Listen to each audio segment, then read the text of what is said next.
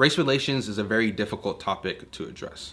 The conversation often leads to misunderstandings, disputes, and online debates. We created this film because we believe it has valuable insights for the Seventh-day Adventist Church today. However, its purpose is not to attack any person or institution, but to ignite a conversation of reconciliation in the church. Thanks for watching. God bless. So I love to jog. And about a month ago, I was jogging in my neighborhood, slipped on some black ice, and fell on my knee. I got up, ran to my apartment, turned on the light, looked down, and I see this massive wound on my leg. Now, I don't have a medical background, but I know enough to know the steps I need to take in order to heal a wound. So, I cleaned the wound, got all the dirt out the way. Secondly, I treated the wound, I put some ointment on it, and then I protected the wound by putting a bandage on it. And these steps were imperative to make sure my knee did not get infected and that the wound healed. Contrary to what many people may feel, the Seventh-day Adventist Church body has a massive wound, and this wound is racism and prejudice. In the last 8 months, I've had the privilege of interviewing several professors, lay people, pastors, and administrators, and have learned some valuable insights regarding this topic, and got it all on camera. My name is Andrew Ashley, and this is The Wound.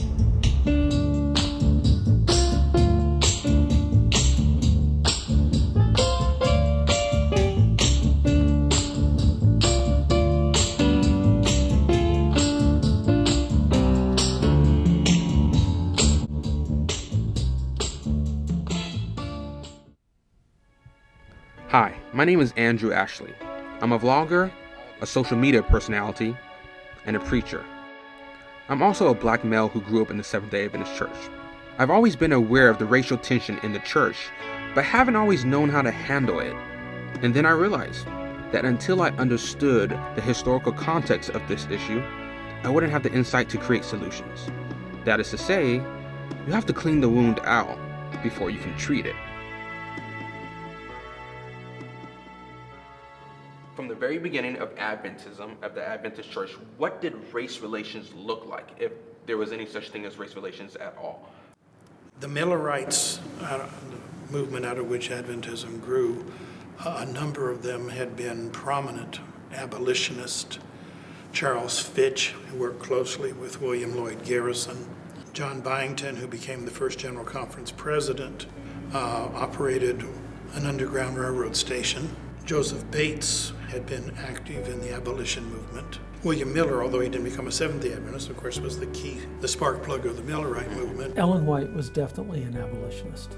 Very radical indeed, and it was civil disobedience.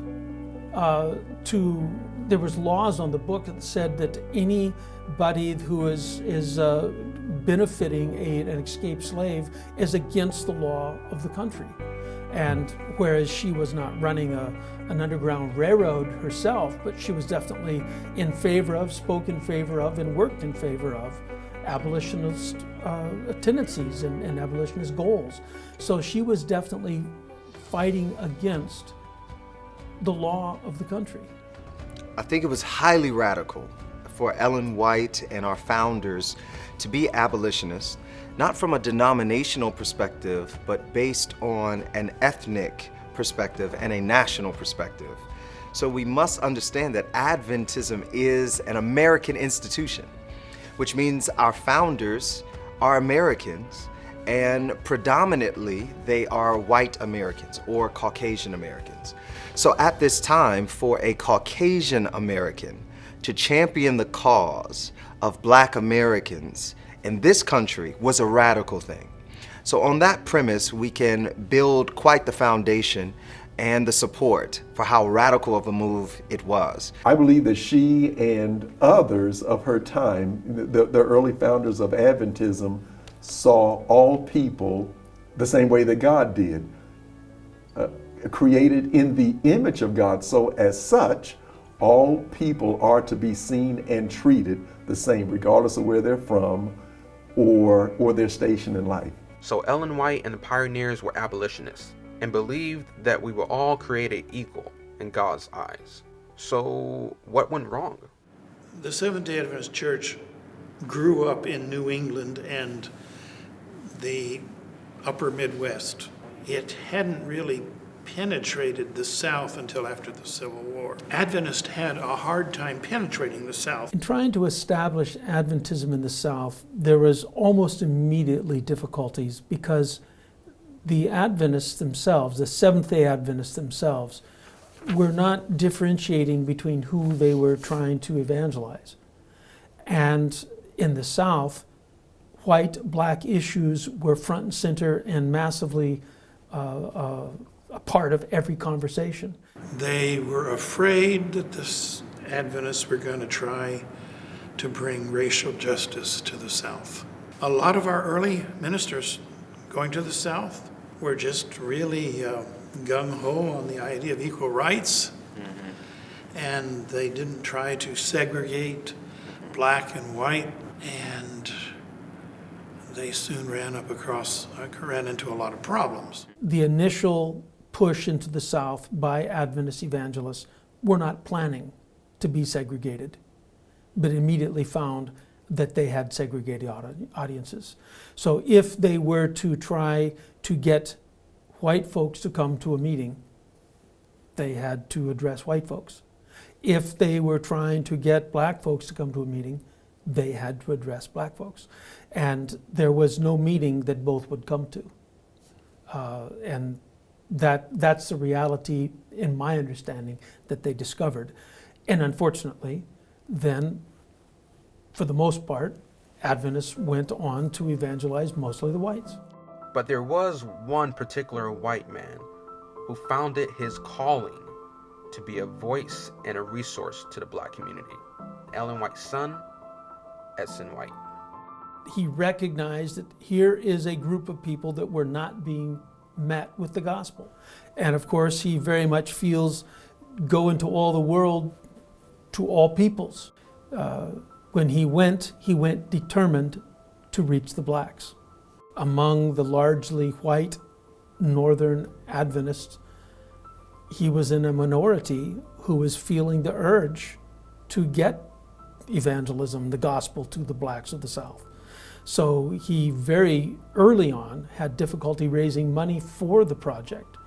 Quite frankly, there was special money donated by his mother to make the project work. Edson White's attempt to minister to the black people in the South. So he takes the Morning Star riverboat down the river, and white Adventists meet him there and try to run him off because he is trying to bring the gospel to black people. And again, a mob came in, rode the white principal out of town on a rail, nailed shut the doors and windows, burned the textbooks and maps, and gave one of the black brothers that had been associated with them a whipping with the old slave whips. Wow. Shut down the school.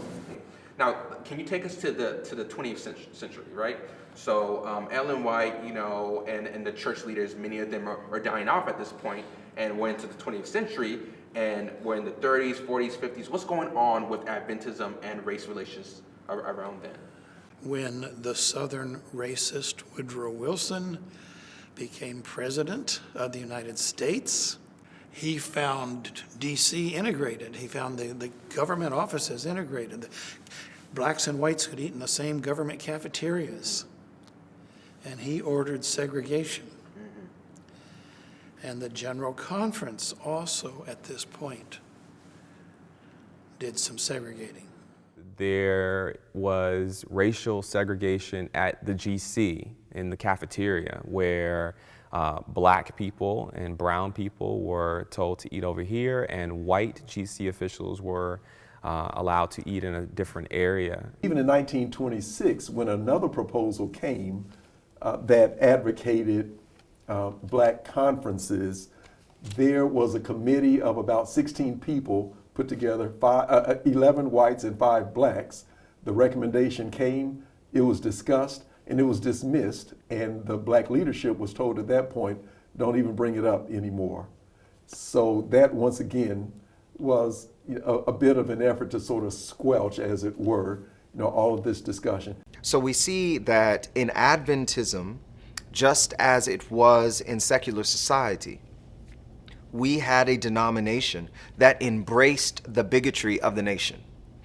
And because of that, you had our system, our denominational system of administrators, pastors, leaders, etc.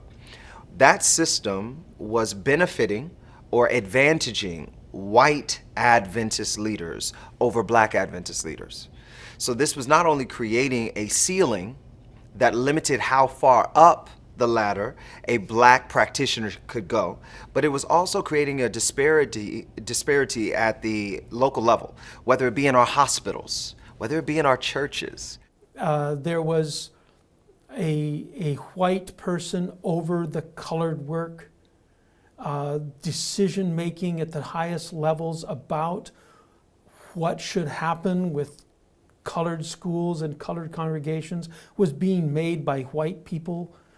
And this was very irksome to those who recognized, the black people recognizing that those who did not understand were making decisions for them. For example, on the campus of what was known, some years back as Oakwood College, even Oakwood College had white presidents at the time, and the students rose up and said, we want one of our own, to be, president of our school. And that changed around 1932 when Pastor Moran became the first black president of Oakwood College. In Southern's case, I've been told that the Ku Klux Klan actually monitored the school.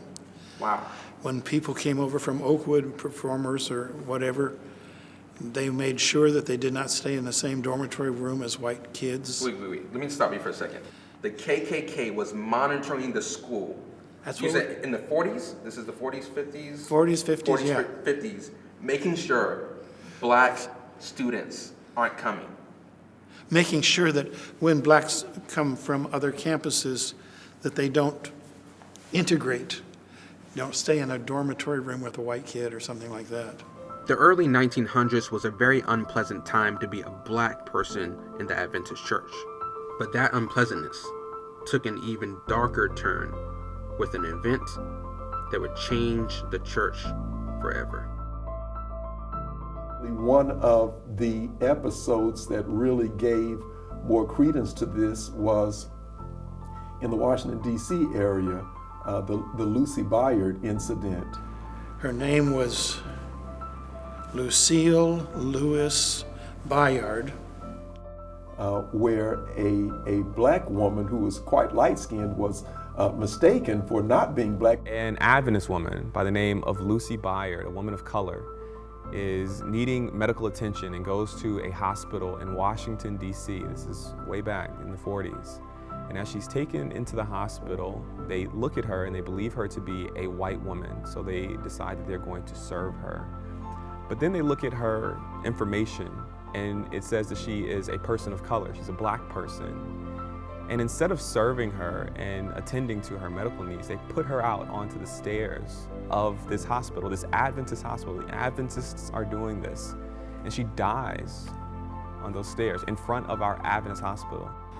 And one of the General Conference officials had, and I'm not sure whether this happened before or afterwards, applauded Washington sanitariums, apparently thinking that if they started to accept black patients, they might drive the white patients away. And that was, once again, another thing that just sort of led to this. So by the time you got to around 1944, the momentum had really kicked in that said, you know what, perhaps black conferences, so-called black conferences, regional conferences, would be a way to spur additional growth in the Adventist church. Swing your chariots, let's be right. My home is over Jordan. Swing your chariots, let's be right. I wanna cross over Jordan. Swing your chariots, let's be right.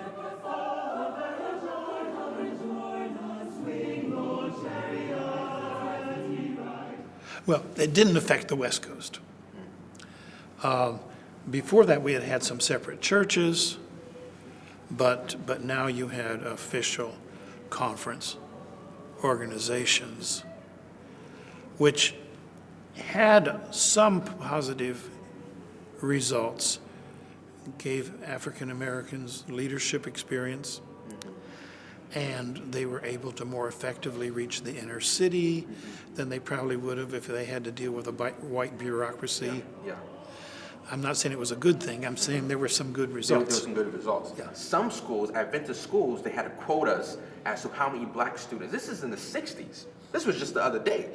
In the 60s, had quotas of how many black students come to their university, their Adventist university. When students came that they didn't realize were black until they got there, they tried to send them home. That is so fascinating to me because once again, the most, I feel like many Adventists think themselves like, oh yeah, we had racial issues like back in the 1800s and the early 1900s, you know, but things got better. But we're talking about 60s. You know, you said you were even going to school at this time when a lot of these things were happening. What happened when black students would try to go to white churches? Well, there were deacons that would bar them from entering. And in one incident, either an elder or a deacon stood at the door and said, I've got a revolver and there's 6 bullets here, and I can use them on 6, and he said the N-word. There was a time when a black person could come to a Seventh-day Adventist church, and if it was predominantly white, they would then instruct them to go to the predominantly black church that might have been a few miles away. That was a reality within our church. A woman that I knew was New Adventist, and she was passing out literature about evangelistic meetings, inviting people to come to the meetings, and this is in the 60s. And she was told, if a black person comes to the door, don't invite them to the meetings, just give them a piece of literature. Wow. Cleaning the wound gives context, and context provides insights in going forward. This is the story of how the church received this wound. This is the history of the black people in the Seventh-day Adventist Church. So the black worship experience had to develop within a context where it was not fully accepted. And black leadership had to develop in a context where it was not fully accepted.